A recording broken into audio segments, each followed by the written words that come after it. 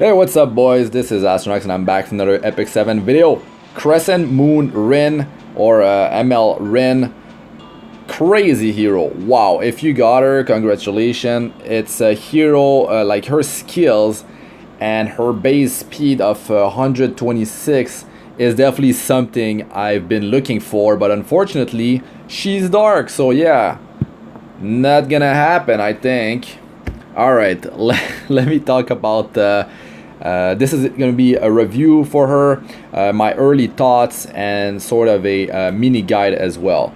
So this is the fastest hero with team-wide immunity, 126 speed, dual buff removal. I mean removal plus a steal, and applies the two buffs or one buff that she stole to your whole team. Insanity basically. So but at least, like, I'm gonna talk about strength and weaknesses.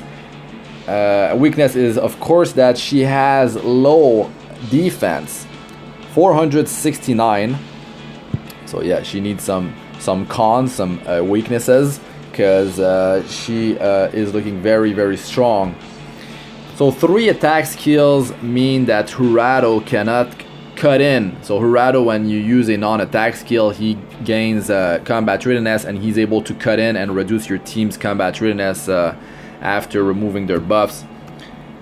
So yeah, you don't have to worry about that. She's a thief, so she can wear Rihanna and Luciella 5-star artifact, which is gonna be good if you have it. If you have it, that's perfect for her. She's gonna be able to cycle through her skills even faster, on top of her having high base speed, and the fact that she can get an extra turn if you're able to remove the buffs off of the target. That's some really quick turn cycling.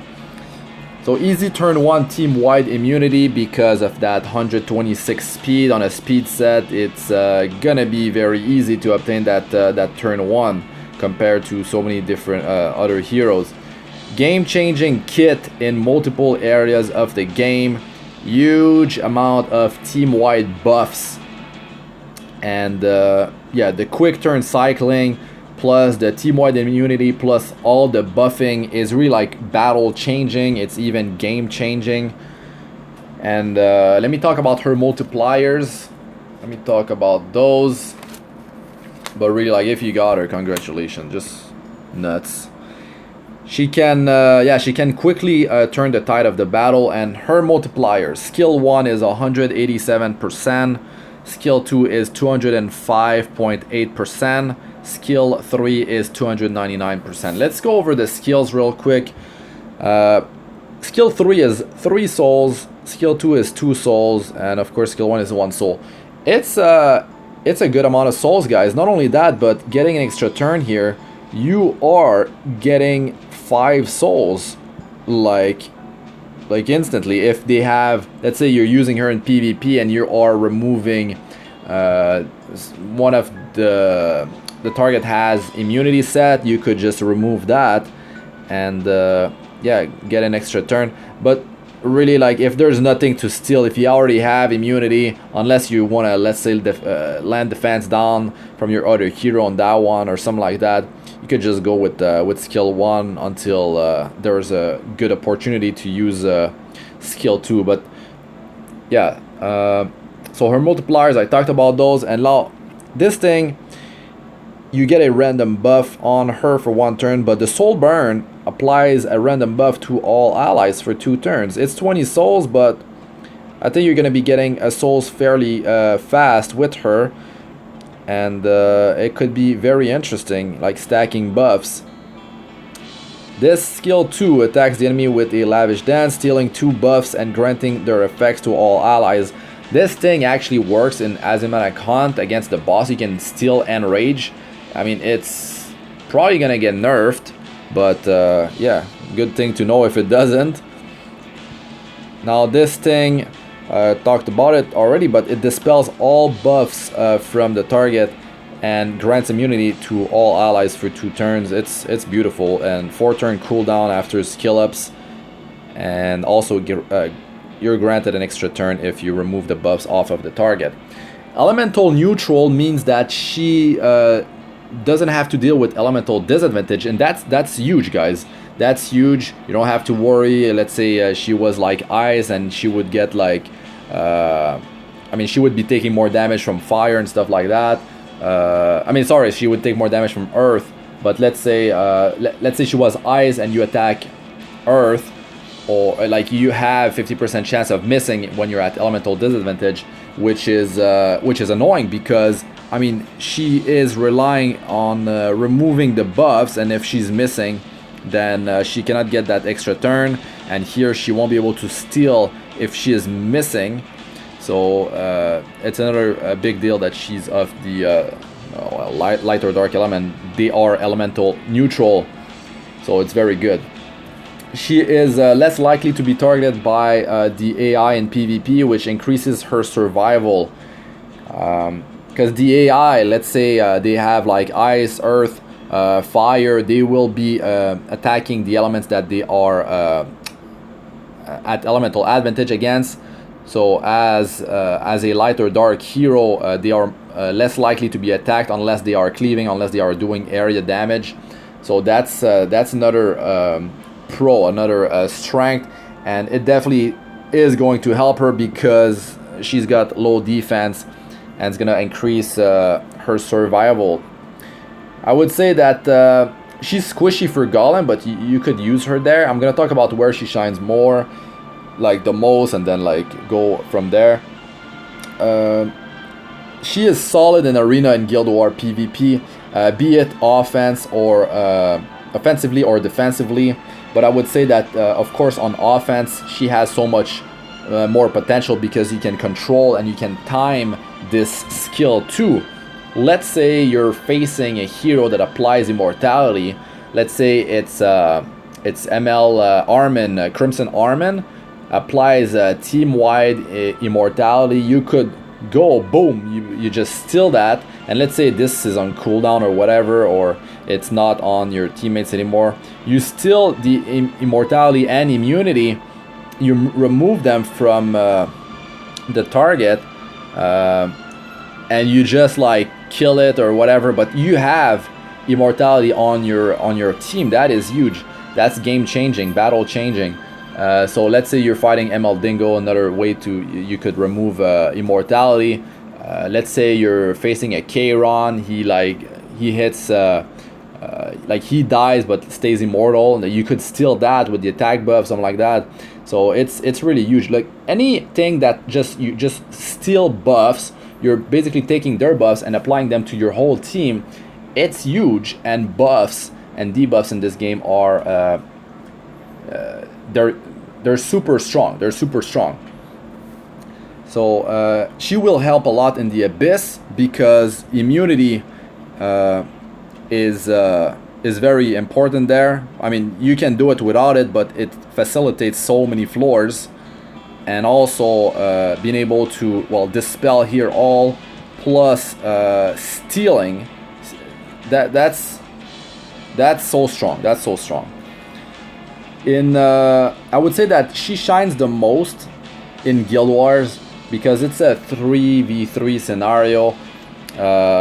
There's less damage output from the enemy team. You can like stabilize much more easily. You can tank the damage more easily, but she's of the dark element. You can bait elements with your other heroes and just like really turn the tide of the battle with ML Rin. And really like timing this thing on like when there's some crucial skills that happen, and like let's say removing the anti-crit buff, anti-crit buff from DN off of the target that you want to kill, and also applying it on your team it's game changing. In arena, it's a 4v4 situation. There's gonna be it's way more dangerous, but you could build her tanky to survive cleaving potentially, because I will talk about how you should gear for her real quick. So I would say Guild Wars, and then it would be arena, and then it would be Abyss. But of course Abyss, you're gonna be done with it, and then that's gonna be it until they release new floors. And then I would say it really depends for rating, guys. I checked the morale calculator. There's no data on her yet, so I don't know how much morale she actually gives if she's like like she's top tier in terms of camping morale. I kind of doubt it. What's up with these numbers at the bottom right? Command 8, Charm 95, and Politics 9. And she's got 95 Charm, so... Alluring look, I just noticed that. Once you fall for those eyes, there's no escaping. Wow. Wow. Alright, so I would say that in Azimana Khan, she is strong because she can steal the Enrage and apply it for your team. That is, yeah, that's crazy. Until it gets nerfed. If it doesn't, wow. And the immunity is gonna be of a huge help. But yeah, just strong there, I would say. Now Golem, there's better options, like going with the fire team, but you could definitely use her, that immunity, and also removing buffs from the Golem, applying them to your team. It will be, she will be quite helpful there. She could deal damage, but to be honest, I would build her with some survival with that low defense. So yeah, now in terms of gear, I would say necklace, go with the health percentage. I would say health mostly because in PvP, let's say you have defense down on her, let's say the hero penetrates defense, health is always going to be stronger there. So health percentage necklace, ring is going to be health percentage. I mean, you could go effectiveness if you have like no effectiveness on your substats, if you're like very, very low. I mean, in PvP you can go above, in PvE you want a 55% effectiveness to counter 70% effect resistance, but for PvP you can go higher to counter higher effect resistance targets. But she's dark element, so at least there's that. You don't have to worry that much. For boots you go speed, definitely want speed boots. Now for the set you go speed sets. Yeah, speed set is definitely gonna be so good, so much value out of that, because look at that 126 base speed. Now for substats, I would just go survival on her. Like as long as she survives, she can really disrupt the enemy team and mess with their like the buffing and like just it's huge. Now health percentage, defense percentage on your substats, but really like priority would be to just get as much speed as possible so she can cycle through her skills, but get turn 1 in PvP. And of course effectiveness. So survival stats, effectiveness, and also if you make her tanky enough, you could look into getting some effect resistance. At high amounts, it can really like be annoying against the enemy team. But the thing is, you're gonna have immunity most of the time. But on herself, that's the thing. That's a downside. You apply immunity, right? But then you get an extra turn, so you just lost 1 turn of immunity. Very quickly, and then let's say you have Rihanna and Luciella that procs, you lost your immunity buff already. So I would say that having some effect resistance would not be bad on her if you want to. If you are in long battles, the battles they drag on in PvP, she will need that effect resistance, or she's gonna get stunned, she's gonna get silenced, she's gonna get her combat readiness reduced and stuff like that. She's gonna get manipulated, like controlled. And you don't want that. She's going to be slept, and you want to have this immunity on your team as much as possible. And having her with high speed is going to allow her to well, it's going to allow you to have a higher uptime on that immunity buff. But not only that, all kinds of buff, from the ones that are stolen, from the ones that you are applying with the Soulburn skill 1. So it's yeah, speed is definitely going to be king on her. But if you're able to make her tanky enough, it's gonna be beautiful. Wow. If you got her, once again, congratulations. What a pick though, what a pick. Damage dealers, there's so many of them, but heroes that have these type of skills are so game changing. I envy you guys that managed to pull her.